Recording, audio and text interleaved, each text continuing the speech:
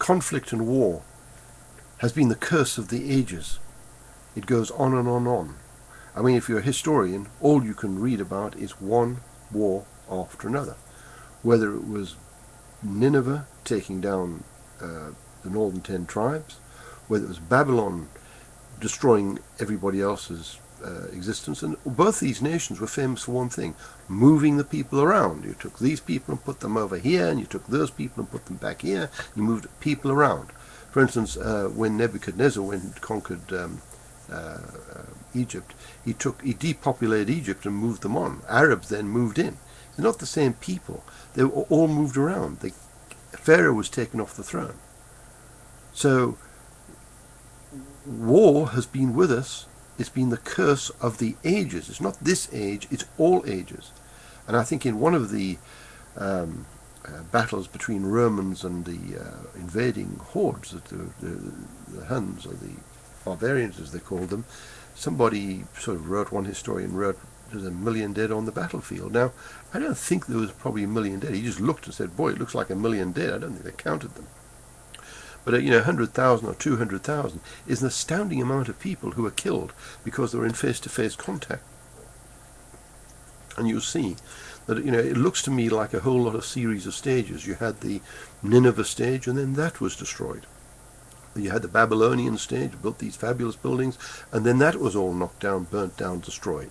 And then you had the Persian stage, where they put the beautiful capitals up and beautiful cities, and then that was burnt and knocked down. And to such a degree, a lot of these cities could not be found. The only reason they knew they were there because it was in the Bible. They said, well, they must be here. What are these mounds?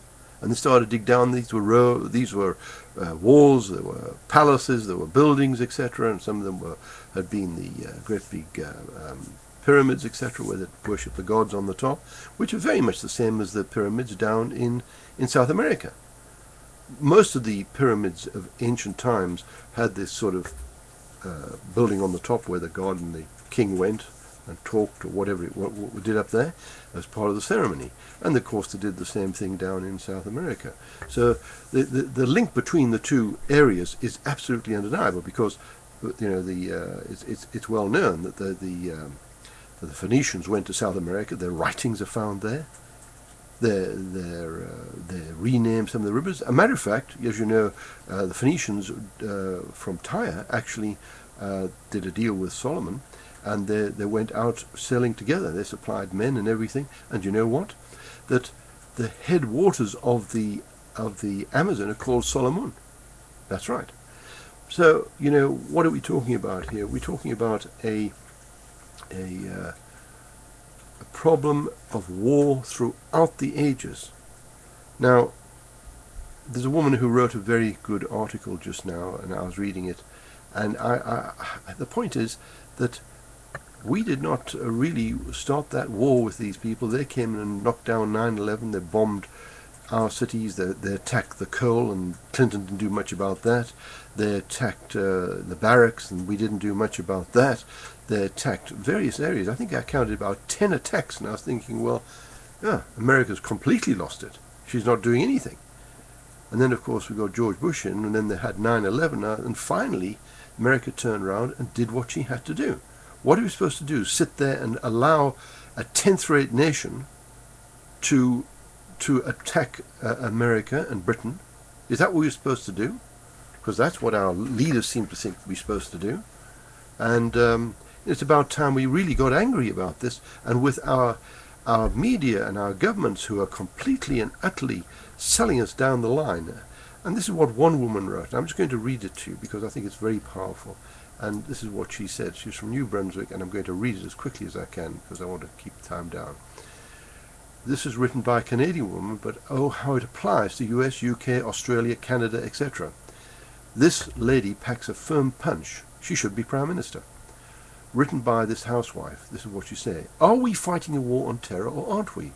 Was it or was it not started by Islamic people who brought to our shores on September 11, 2001, have continually threatened to do so? And I might add before that, there's 10 other episodes before that, we got to 2001, which actually forced America to turn around and say, who is doing this? were people from all over the world not brutally murdered that day in downtown Manhattan, in the Twin Towers, across the Potomac, in the Pentagon, and in the capital of the USA, and in a field in Pennsylvania where that plane crashed?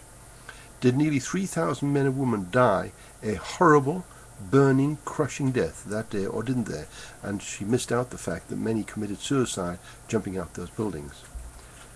And I'm supposed to care that a few Taliban were claiming to be tortured by a justice system of the nation they came from and are fighting against brutal insurgency. We're supposed to care about them being tortured by the nations that came from. I couldn't care, as she says.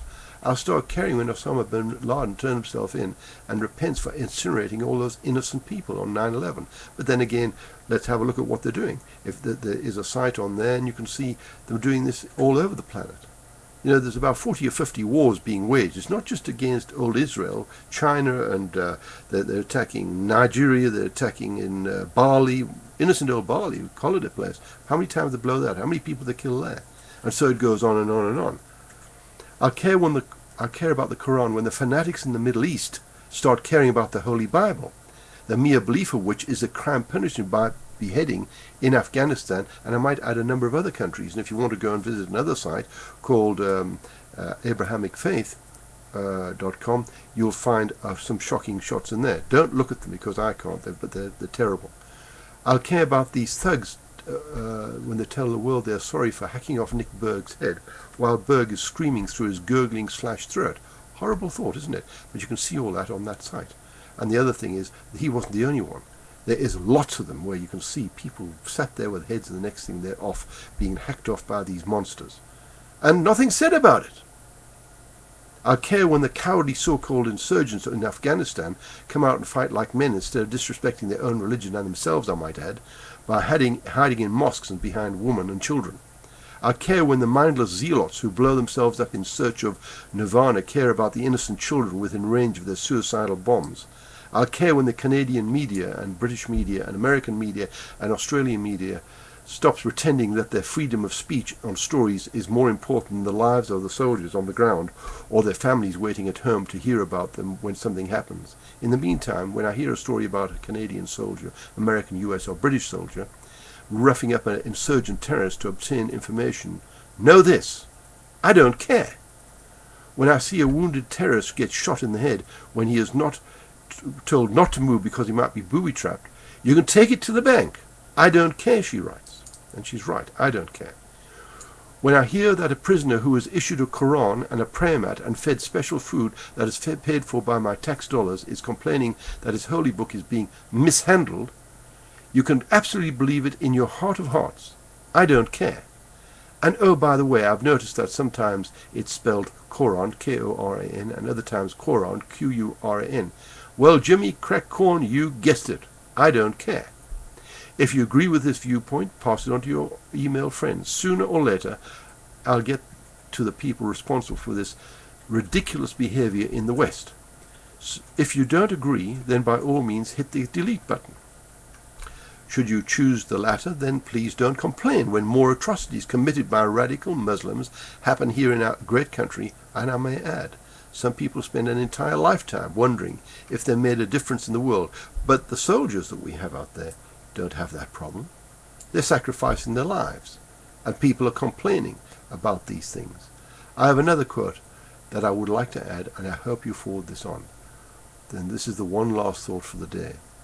Only 5 defining forces have ever offered to die for you: Yeshua or Jesus Christ, which is the same person, the British soldier, the Canadian soldier, the US soldier, and the Australian soldier. One died for your soul, and the other 4 for your freedom. You might want to pass this on to as many who seem to forget all of them. Amen.